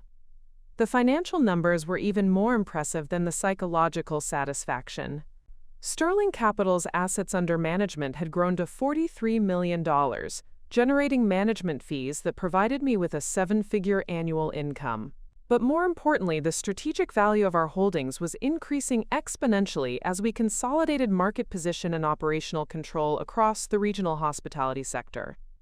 I now owned majority stakes in 18 different hotel and resort properties, controlling interests in 3 property management companies, and debt positions in dozens of additional businesses throughout Colorado, Wyoming, and Utah. The Ashford Holdings acquisition, when it was finally completed, would give me effective control over nearly 30% of the luxury hospitality market in the Rocky Mountain region. The personal transformation was equally dramatic. I had moved from my sterile downtown apartment to a penthouse in Cherry Creek, Denver's most exclusive neighborhood, with panoramic mountain views and enough space to entertain the kinds of clients and investors who expected a certain level of sophistication from their business partners. The apartment was decorated with original art from emerging Colorado artists, handcrafted furniture from local artisans, and technology that allowed me to conduct global business from my living room. My wardrobe had evolved to match my new status. Gone were the conservative business suits and modest jewelry of my consulting days, replaced by designer pieces that communicated authority without ostentation. I worked with a personal stylist who understood that every element of my appearance needed to support the narrative of V. Sterling, the mysterious private equity prodigy who had appeared from nowhere to reshape the regional business landscape. Even my name had become part of the transformation. Professionally, I was known exclusively as V. Sterling. Mysterious, authoritative, impossible to Google, because V could stand for anything, and Sterling was common enough to provide perfect camouflage.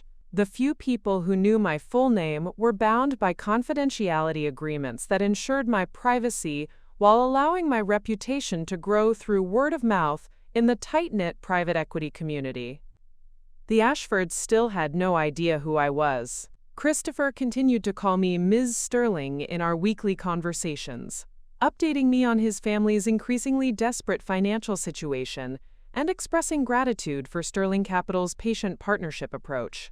Jonathan and Natalie had no reason to connect V. Sterling with Victoria Sterling, especially since they had apparently convinced themselves that I had disappeared entirely from their universe after our Christmas Eve confrontation.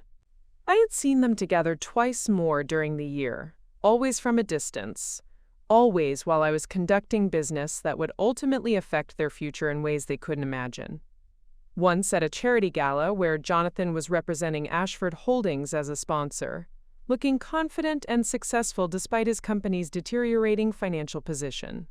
Once at an industry conference where Natalie was photographing the event, her artistic career apparently thriving while mine had been completely reinvented. Neither encounter produced the emotional devastation I had expected. Instead, I felt the cold satisfaction of a chess master, watching opponents who had no idea they were already in checkmate. They thought they had won by destroying my old life, but they had actually created the circumstances that allowed me to build something infinitely more powerful. The most intoxicating aspect of my transformation was the realization that I preferred this version of myself to the woman I had been before. The old Victoria had been dependent on other people's approval, other people's love, other people's promises about the future. She had built her identity around being someone's fiancé, someone's sister, someone's daughter, always defined by relationships rather than achievements. The new Victoria belonged to no one and nothing except her own ambition. She made decisions based on strategic advantage rather than emotional attachment. She commanded respect through competence rather than seeking love through vulnerability. She controlled her own destiny instead of hoping that other people would choose to include her in theirs. December brought the final pieces of my preparation into place. Sterling Capital's year-end financial statements showed returns that exceeded industry benchmarks by margins that attracted attention from major institutional investors. 3 different private equity giants had reached out about potential partnerships or acquisitions. Recognizing that we had built something valuable enough to be worth hundreds of millions if we decided to scale nationally.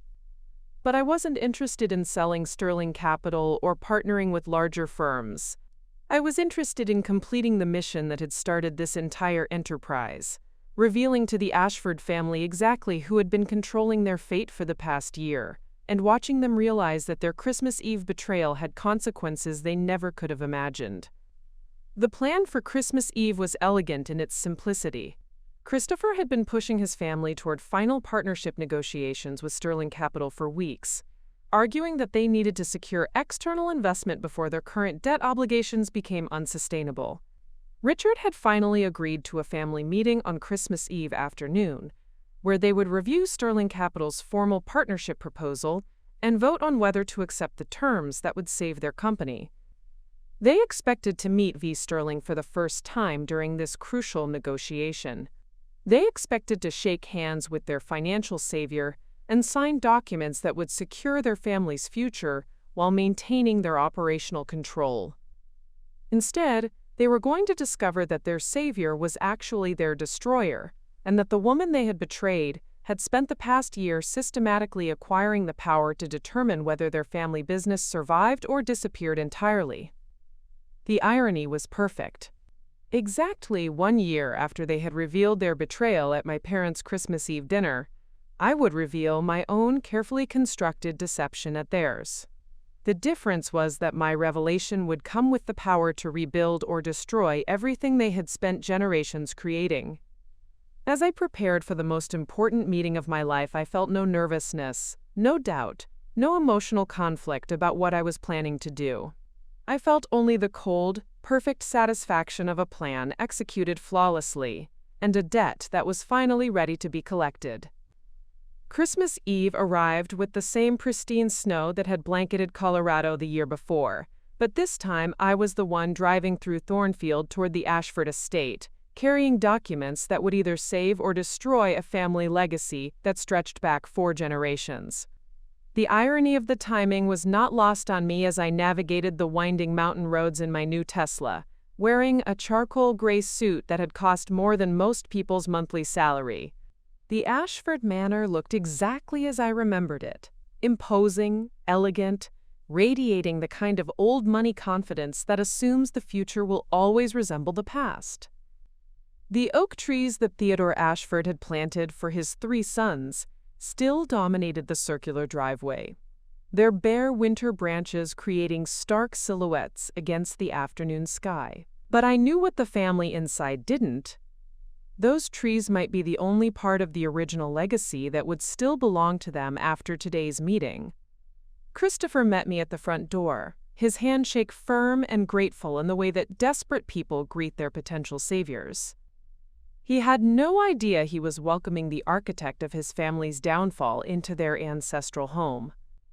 "Miss Sterling, thank you so much for coming today, especially on Christmas Eve," he said, leading me through the grand hallway where portraits of Ashford ancestors watched our progress with oil-painted eyes.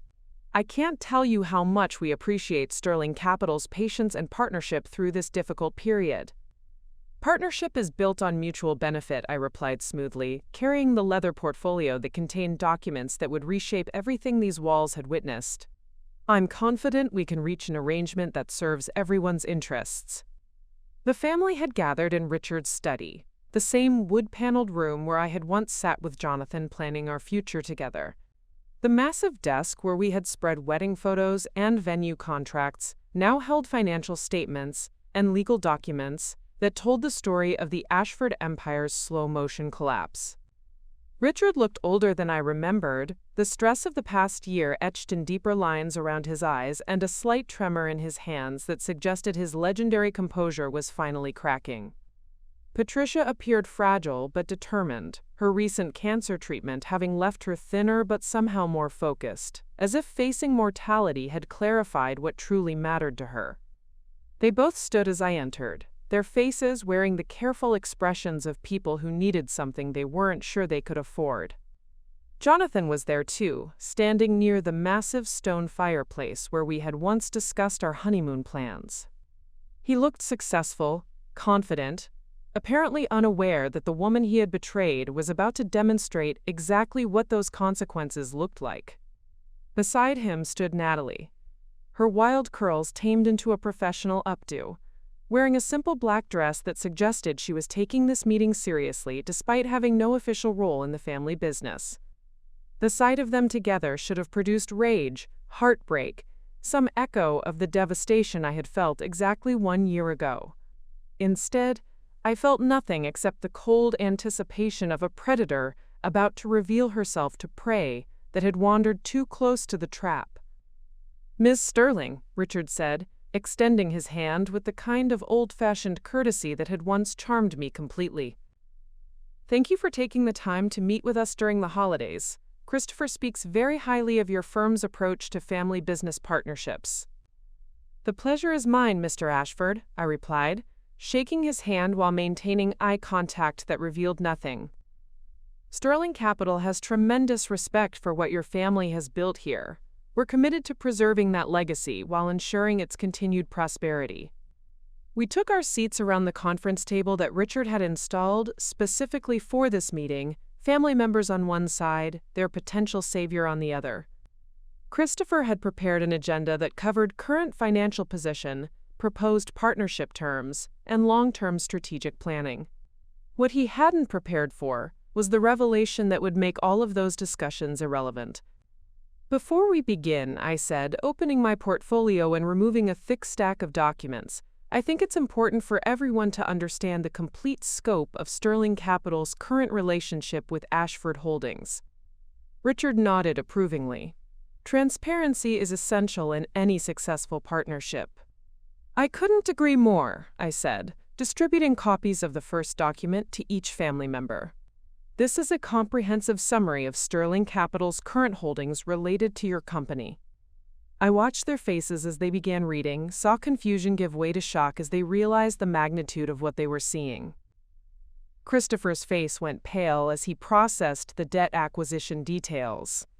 Patricia's hand flew to her mouth as she understood the implications of the property liens. Richard's legendary composure finally cracked as he saw the full extent of Sterling Capital's control over his family's financial destiny.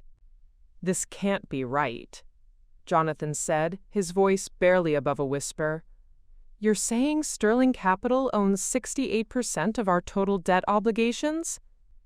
"As of yesterday's close of business, yes," I confirmed, "along with controlling interests in the limited partnerships that own 7 of your 12 properties, management contracts for your 3 largest revenue generators, and exclusive relationships with the insurance providers that cover your liability exposure.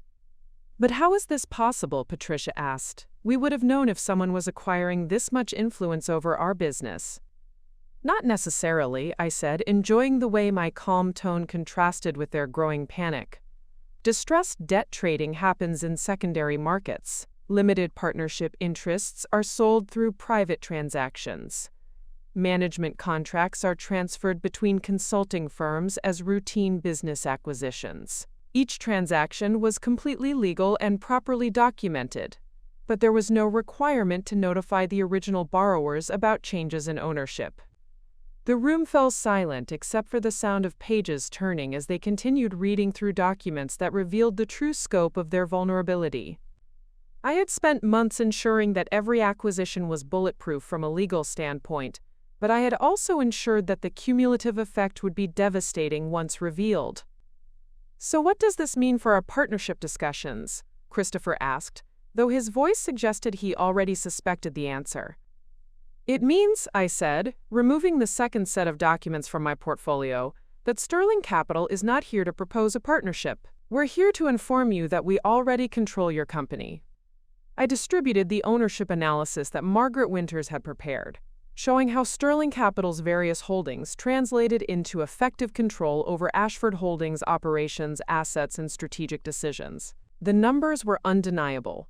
Through debt ownership, equity stakes, and operational contracts, I controlled approximately 74% of their business. This is impossible, Richard said, his voice carrying the authority of a man who had spent 50 years believing that handshake deals and personal relationships mattered more than contract fine print. We built this company. We own this company. You can't just acquire it without our knowledge or consent. Actually, I said, I can, and I did. Every acquisition was conducted according to standard industry practices, with full legal documentation. Your family's emotional attachment to maintaining control made you vulnerable to exactly this kind of systematic acquisition. But why? Patricia asked, tears beginning to form in her eyes. Why would you do this to us? We've never done anything to hurt you. We don't even know who you are. The moment had finally arrived. After a year of careful planning, patient execution, and systematic revenge, I was ready to remove the mask that had allowed me to destroy them invisibly. Actually, I said, standing up from the conference table and looking directly at Jonathan and Natalie for the first time since Christmas Eve of the previous year, you know exactly who I am. I removed my glasses, shook out my hair from its professional styling, and allowed my voice to drop the corporate formality that had disguised it for so many months. Hello, Jonathan. Hello, Natalie. Did you really think there would be no consequences for what you did to me? The recognition hit them like physical blows. Jonathan's face went completely white as he realized that his family's financial savior was actually the woman whose life he had destroyed. Natalie made a sound that was somewhere between a gasp and a sob, as she understood that her sister had spent the past year systematically acquiring the power to destroy everything the Ashfords had built. Victoria, Jonathan whispered, as if saying my name might somehow make this nightmare less real. Miss Sterling will be fine, I corrected him. After all, we're conducting business here, not having a family reunion. Richard looked back and forth between us, his confusion evident. I don't understand. How do you know each other? Jonathan was my fiancé, I said simply, until he decided he preferred my sister instead. They announced this decision last Christmas Eve, at my parents' house, after 3 months of lying to my face about their affair. The pieces began falling into place for Richard and Patricia as they realized that their family's financial crisis had been orchestrated by someone with very personal reasons for wanting to see them suffer. Oh my God, Patricia breathed. You're Victoria, Jonathan's Victoria, the one who disappeared after discovering that her fiancé and sister had been conducting an affair behind her back, I finished. Yes, that's me. Though as you can see, I didn't disappear, I evolved. The silence that followed was absolute, broken only by the ticking of the antique clock that had marked time in this room for decades. Finally, Christopher found his voice. "So what happens now? What do you want from us?" I smiled, feeling the satisfaction of a chess master delivering checkmate to opponents who had never realized they were playing a game. "What I want," I said, "is for you to understand that actions have consequences, and the consequence of betraying Victoria Sterling is that you lose everything." The silence stretched on for what felt like hours but was probably only minutes, each family member processing the magnitude of what I had just revealed. Outside the study windows, snow continued to fall in the same gentle pattern that had blessed this house during countless Christmas celebrations. But inside these walls, the Ashford family was confronting the end of everything they had believed about their security, their legacy, and their control over their own destiny. Richard was the first to find his voice, though it carried none of the authority that had once commanded boardrooms and charity galas across Colorado. "Victoria, I understand you're angry. What Jonathan and Natalie did to you was unconscionable. But this destroys innocent people. My wife, Christopher, our employees, none of them had anything to do with what happened between you and my son." It was exactly the argument I had expected, the appeal to mercy that assumed I still operated according to the moral framework of the woman who had once loved this family enough to want to join it. But that woman was gone, replaced by someone who understood that collateral damage was simply the cost of doing business in a world where loyalty was a weakness and trust was a luxury that led to betrayal. "You're right," I said calmly, settling back into my chair with the confidence of someone who held all the cards in a game where the stakes were everything. "Patricia and Christopher didn't personally betray me, but they also didn't prevent it. They didn't question why Jonathan was suddenly working so closely with my sister on wedding preparations. They didn't notice the obvious signs that something inappropriate was developing right under their noses." I turned my attention to Patricia, whose hands were trembling as she clutched the financial documents that detailed her family's complete vulnerability. "You welcomed me into your home, Patricia. You called me the daughter you never had. You made me believe I was part of your family. And then, when your son destroyed my life, what did you do? Did you call to apologize? Did you reach out to make sure I was okay? Did you acknowledge that your family had caused devastating harm to someone you claimed to love?" Patricia's tears came freely now, but I felt no satisfaction in her pain and no inclination to stop. "You did nothing. You all did nothing. You allowed Jonathan and Natalie to rewrite history, to frame their betrayal as some kind of romantic love story that justified the collateral damage. You let them believe there would be no consequences because you assumed I was too weak, too insignificant, too disposable to fight back." Christopher tried a different approach, his desperation evident as he leaned forward across the conference table. "What can we do to make this right? There has to be something you want, some way we can compensate you for what happened. Money, property, a formal apology." "I don't want compensation," I interrupted, finding genuine amusement in his assumption that this was a negotiation rather than a reckoning. "I don't want your apology. I don't want anything you have the power to give me because I've already taken everything I wanted." I gestured around the study, encompassing not just the room but the entire estate, the family legacy, the business empire that had taken 4 generations to build and 1 year for me to acquire. This isn't about money or property or even revenge in any traditional sense. This is about power. For the past year, while you were struggling to understand why your business was failing, why your options were disappearing, why every solution seemed to lead back to Sterling Capital, I had complete control over your family's fate. And none of you ever suspected that your destroyer was someone you had already destroyed. Jonathan finally spoke, his voice barely audible as he asked the question that had obviously been consuming him since my revelation. "How long have you been planning this?" "Since the moment I realized what you had done to me," I answered honestly. "Not the revenge specifically, that took months to develop, but the understanding that I would never again allow myself to be vulnerable to people who could betray me so completely. The understanding that trust is a luxury that weak people can't afford." I opened my portfolio one final time and removed the last document I had prepared for this meeting. Unlike the financial statements and ownership analyses that had preceded it, This was a single page of elegant letterhead with the Sterling Capital logo embossed at the top. This is a formal offer to purchase the remaining 26% of Ashford Holdings that Sterling Capital doesn't already control, I said, sliding the document across the table to Richard.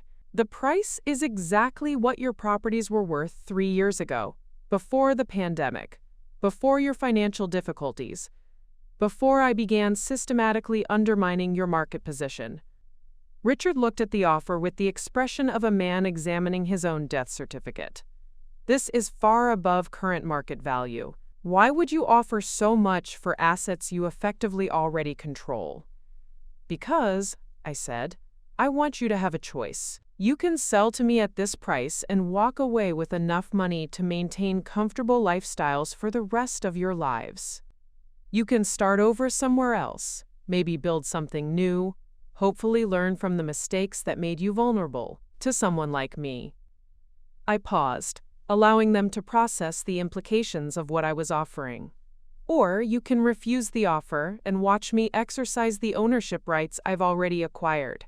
I can foreclose on your debt, terminate your management contracts, and force liquidation sales that will leave you with nothing except the satisfaction of having defied me one last time. The offer was generous by any financial measure, but it came with conditions that were clearly stated in the fine print. The sale would include a comprehensive non-disclosure agreement that would prevent them from discussing the circumstances of the acquisition publicly. They would be prohibited from working in the hospitality industry within Colorado for 5 years. And most importantly, they would transfer not just the business assets but the family name itself. Sterling Capital would officially rebrand the entire operation as the Sterling Resort Collection.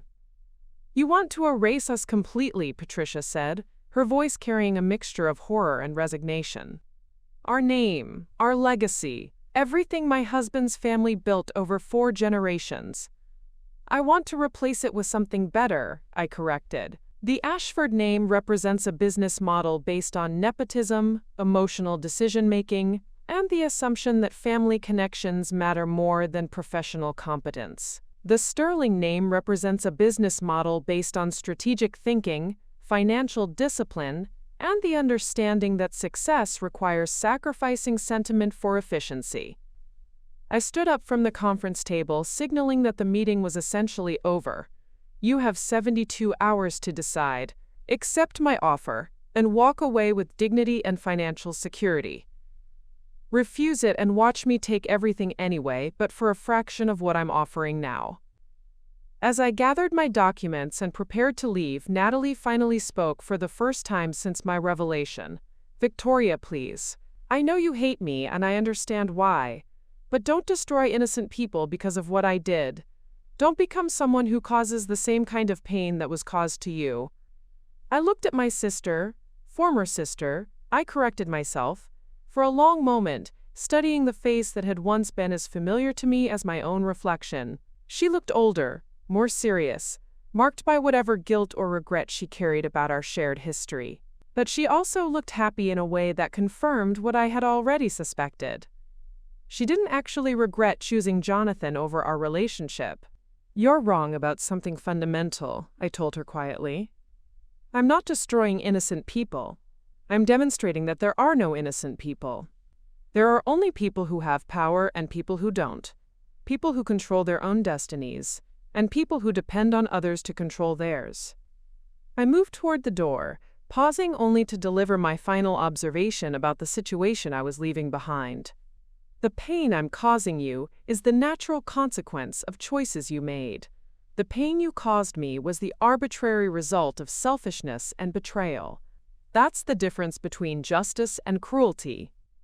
As I walked back through the grand hallway toward the front door, I felt none of the satisfaction I had expected from this moment.